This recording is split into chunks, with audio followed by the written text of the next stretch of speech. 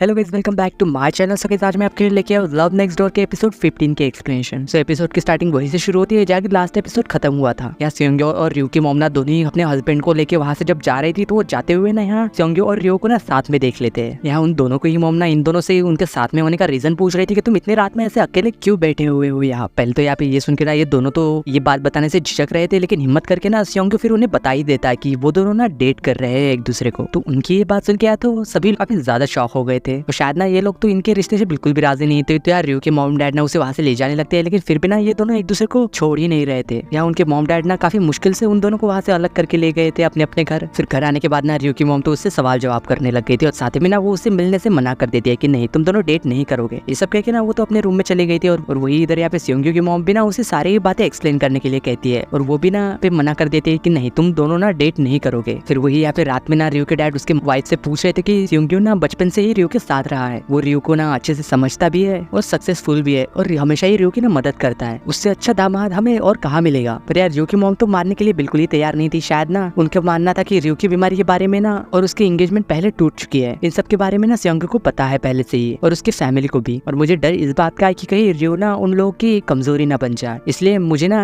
इस रिलेशनशिप को एक्सेप्ट करने में प्रॉब्लम हो रही है, इसलिए मैं नहीं चाहती कि ऐसा कुछ भी हो। और वही दूसरी तरफ यहाँ पे सेयोंग्यो की मॉम ना उसके हस्बैंड से पूछ रही थी कि स्टमक कैंसर वाले पेशेंट के सर्वाइवल के चांसेस कितने होते हैं। ये सब कहते हुए ना वो तो काफी ज्यादा परेशान लग रही थी कि मैं ये क्या सोच रही हूँ। और वही इधर यहाँ पे रयू ना उसे कॉल करने की कोशिश कर रही थी, लेकिन वो तो कॉल ही नहीं उठा रहा था। इसलिए वो जैसे ही खिड़की खोल के उसे देखने जाने ही वाली थी कि खिड़की खोलते ही ना सेयोंग्यो उसके रूम में आ गया था, लेकिन अचानक ही ना वो खिड़की खोलने की वजह से थोड़ा डर गया था और वो गिरने ही वाला था कि यहाँ पे रयू ने ना उसे पकड़ लिया था और उसे अंदर खींच लेती है। पर यहाँ ये दोनों ही ना एक दूसरे की काफी ज्यादा फिक्र कर रहे थे, क्योंकि इन दोनों की मॉम ने ही ना उनके रिलेशनशिप के लिए मना कर दिया। पर फिर भी यहाँ पे सेयोंग्यो उससे कह रहा था कि यार टेंशन मत लो, हम लोग ना उन्हें मना लेंगे, कहीं तुम्हारी मॉम ने तुम्हें कुछ ज्यादा डांट तो नहीं दिया ना। लेकिन यहाँ पे प्यार से तो रयू ना उसे बेबी कहने लग जाती है। वही यहाँ पे ये बात सुन के ना सेयोंग्यो तो काफी ज्यादा हैप्पी हो गया था और फिर ना वो यहाँ पे उसका लाया हुआ ब्रेसलेट उसे पहना देता है और उससे कह रहा था कि मैं हमेशा ही ना ऐसे ही तुम्हारे हाथ को थामे रखूंगा, चाहे जैसा भी समय आए, पर मैं ना तुमसे दूर कभी नहीं जाऊंगा। और वो यहाँ पे ना फिर रयू को शादी के लिए प्रपोज भी कर देता है और इस बात से ना यहाँ पे रयू भी काफी ज्यादा खुश थी और वो ना उसे हाँ कर देती है। तो वही जब नेक्स्ट डे दिखाया जाता है, यहाँ पे मोयोंगो ना असल में दानो के साथ डेट पे जाने वाली थी, लेकिन तभी ना वहाँ पे रयू आ गई थी और उसे ना अपना हाल बताने लग जाती है। पर फिर भी यहाँ पे मोयोंग तो अपने डेट के लिए ना इतनी ज्यादा एक्साइटेड थी कि वो ना रयू की बात ही नहीं सुन पा रही थी ठीक से। फिर कुछ देर बाद ना मोयोंग जब दानो के साथ डेट पे बाहर जा रही थी, तभी यहाँ पे दानो को ना सेयोंग्यो का बार बार कॉल आ रहा था, वो उससे ना मिलना चाहता था। तो फिर हमें बाद में यहाँ पे पता चलता है कि दानो ने ना एक ओल्ड लेडी के घर को रेनोवेट करने का एक प्लान बनाया हुआ था, जिसके लिए कि यहाँ पे सभी लोग मिलकर ना मदद करना चाह रहे थे। और वही दूसरी तरफ यहाँ पे मोयोंग की मॉम को भी पता चल गया था कि सेयोंग और रयू की मॉम के बीच में ना लड़ाई हो गई है, इसलिए वो तो ठीक से बात भी नहीं कर रही थी एक दूसरे से। और वही इधर यहाँ मोयोंग और दानो ना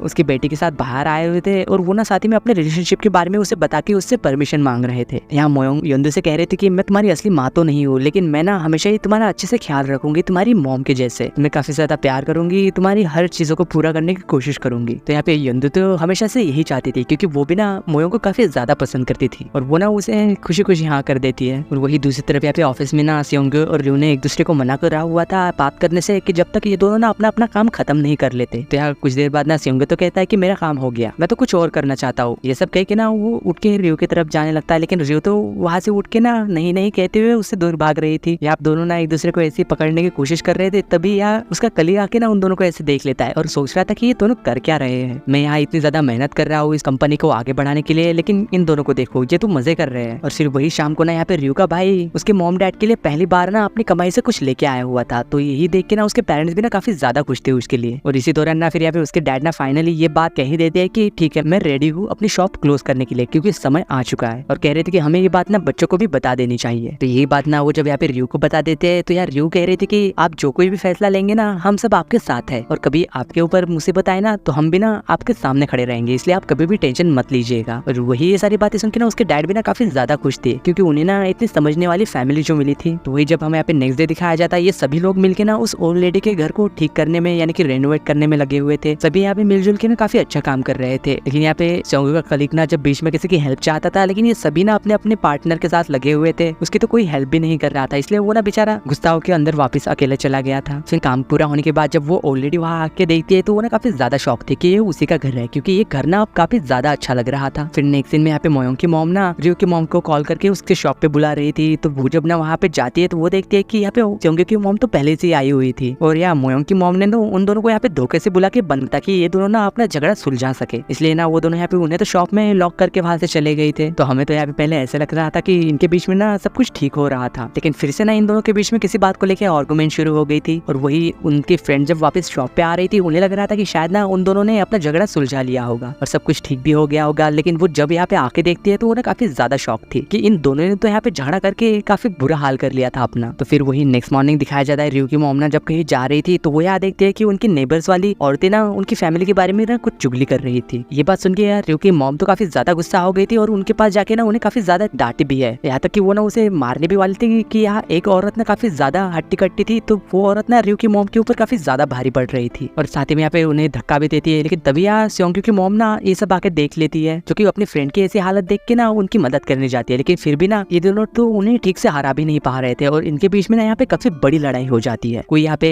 सब्जियों से मार रहा था तो कोई ना अपने हवा में हाथ पैर चला रहा था। तो फिर हमें बाद में पता चलता है कि पुलिस वालों ने ना इन्हें पुलिस स्टेशन लेके आ गए थे और यहाँ पे इनके पति और उनके बच्चे भी आए हुए थे और ये लोग ना काफी ज्यादा शॉक थे कि ये कर क्या रहे थे सड़क पे ऐसी लड़ाई। और साथ ही में तीनों लेडीज का तो इन दोनों ने ना मार मार के काफी बुरा हाल कर दिया था। तो फिर बाद में जब इन्हें छोड़ दिया जाता है ना, ये जब घर जा रही थी तो यार इनके बीच में ना सब कुछ ठीक हो चुका था। चाहे ये दोनों कितना भी लड़ ले, लेकिन है तो ये दोनों बेस्ट फ्रेंड ही ना। अगर कोई दूसरा उन्हें चोट पहुंचाने की कोशिश करेगा तो ये दोनों एक दूसरे को हर हाल में प्रोटेक्ट करेगी। फिर बाद में रात में जब ये दोनों साथ में बैठ के बातें कर रहे थे तो यार इसी दौरान ना रियो की मॉम उससे कहती है कि मैं हमेशा से ही ना तुमसे काफी ज्यादा जेलस रहती थी, क्योंकि तुम ना काफी ज्यादा अच्छी हो, रिच हो, काफी पढ़ी लिखी भी हो और सक्सेसफुल भी। और मैं बच्चों के रिलेशनशिप के लिए इसीलिए नहीं मान रही थी क्योंकि रियो ना बीमार है और उसके पास लाइफ में भी काफी कुछ हो चुका है जिसका लेके कि शायद ना तुम हमेशा ही उसे ताने दे सकोगी। पर ये बात सुन के स्योंग्यो की मॉम तो कह रही थी कि क्या तुम पागल हो, रियो मेरी भी बेटी है, तुमने हमेशा से ही बचपन से ही स्योंग्यो का इतना ख्याल रखा, तो क्या मैं रियो का ख्याल नहीं रख सकती? मैं उसका ख्याल रखना चाहती हूँ, चाहे हमारे बीच में कितनी भी ज्यादा लड़ाई हो जाए पर हमेशा ही हमारी फ्रेंडशिप ना बनी रहेगी, वो नहीं टूटने वाली। तो यही बात सुन के फिर रियो की मॉम तो काफी ज्यादा इमोशनल हो गई थी और उन दोनों की ये सारी बातें ना उनकी फैमिली मेंबर्स भी सुन लेते हैं और वो भी ना काफी ज्यादा इमोशनल हो गए थे। तो उनकी मॉम्स ना फिर उन्हें अंदर बुला लेती है और उन्हें बता देती है कि तुम दोनों शादी कर सकते हो, हम दोनों को कोई भी एतराज नहीं है। तो इसी बात से ना ये सब लोग यहाँ पे काफी ज्यादा खुश लग रहे थे, यहाँ तक कि इनके डैड तो इतने ज्यादा इमोशनल हो गए थे कि वो दोनों लाया आपस में रोने ही लग गए थे। तो फिर नेक्स्ट डे जब दिखाया जाता है यहाँ पे रियो के डैड ना काफी तैयार होकर अपने शॉप पे जा रहे थे, क्योंकि आज ना उनका आखिरी दिन था उनके शॉप पे, क्योंकि अब ना वो शॉप बंद करने वाले थे। यहाँ पे उसके डैड दुखी तो थे लेकिन वो फिर भी हिम्मत करके ना अपने शॉप पे चले गए थे। और वही दूसरी तरफ हमें यहाँ पे मोयोंग को दिखाया जाता है, उसे ये बात पता चलती है कि उसका साउथ पोल वाले स्टेशन पे ना रिसर्च वाली टीम में सिलेक्शन हो चुका है, इसलिए ना उसे उसकी ट्रेनिंग के लिए नेक्स्ट मंथ साउथ पोल के स्टेशन पे जाना होगा। लेकिन पहले यहाँ पे मोयोंग खुश भी तो थी लेकिन साथ ही में दुखी भी, क्योंकि उसे ना अब दानों से कुछ दिनों के लिए दूर जाना होगा। और वही दूसरी तरफ यहाँ पे मोयोंग के डैड की शॉप पे कोई कस्टमर नहीं आ रहा था, इसलिए वो शॉप बंद ही करने वाले थे कि तभी यहाँ पे ना उनके पूरे की फैमिली मेंबर वहाँ आ जाते हैं, जो कि यार सब लोग मिलकर ना उनकी शॉप की लास्ट डे को ना सेलिब्रेट करने आए थे। तो इस बात से ना यहाँ पे रियो के डैड तो काफी ज्यादा इमोशनल थे और वही साथ ही में ना दानो उनका इंटरव्यू भी लेता है कि अपने पूरे लाइफ की वर्क एक्सपीरियंस के बारे में हम जानना चाहते हैं और उनकी शॉप के साथ में उनकी जो भी मेमोरीज थी उनके बारे में। तो यही सारी चीजें बताते हुए ना वो तो काफी ज्यादा दुखी हो रहे थे, लेकिन शायद ना अंदर से वो खुश भी थे क्योंकि उन्होंने ना इस शॉप के साथ काफी अच्छी मेमोरीज जो बनाई थी। तो फिर जब यहाँ उसके डैड ना शॉप फाइनली क्लोज कर देते हैं तो यहाँ पे उसकी पूरी फैमिली ना बाहर उनका वेट कर रही थी और वो सब लोग ना फिर यहाँ से खुशी खुशी अपने घर भी चले जाते हैं। तो वही जब रात में यहाँ पे रियोना स्योंग्यो को मैसेज करती है तो दौड़ते हुए ना उसके पास चला गया था, जाके रियोना स्योंग्यो के लिए कुछ लाई हुई थी। ये वही डिश है जो कि उसे ना बचपन में काफी ज्यादा पसंद थी और आज भी है। और स्योंग्यो वही जब ये टेस्ट करता है ना तो उसे काफी ज्यादा अच्छी लग रही थी, इसलिए वो उससे कह भी रहा था कि मेरे बच्चे ने ना इसे बनाने में काफी ज्यादा मेहनत की होगी, मैंने तो सोचा था कि शायद मैं इसे कभी नहीं खा पाऊंगा। उस दिन के बाद यार रियो भी कह रही थी कि चाहे ना इसे बनाने के लिए मुझे कितनी भी मेहनत करनी पड़े, मैं हमेशा ही ना ये तुम्हारे लिए बनाऊंगी, चाहे तुम इसे रोज रोज खा खा के बोर ही क्यों ना हो जाओ, लेकिन मैं फिर भी बनाऊंगी तुम्हारे लिए। और साथ ही में वो उसे ये भी बता देती है कि ये मेरा ना प्रपोजल था, कह रही थी कि सिर्फ तुम प्रपोज करो ये तो ठीक नहीं है ना, इसलिए मैंने सोचा कि मैं भी तुम्हें प्रपोज करूंगी। तो वही सुन के आप स्योंग्यो तो उससे कहने लगता है कि ठीक है तो मैं भी ना हमेशा ही ये खाने के लिए तैयार हूँ। ये सब कह के ना वो दोनों यहाँ पे किस कर लेते हैं और इसी सीन के साथ लव नेक्स्ट डोर के एपिसोड 15 की एंडिंग होती है।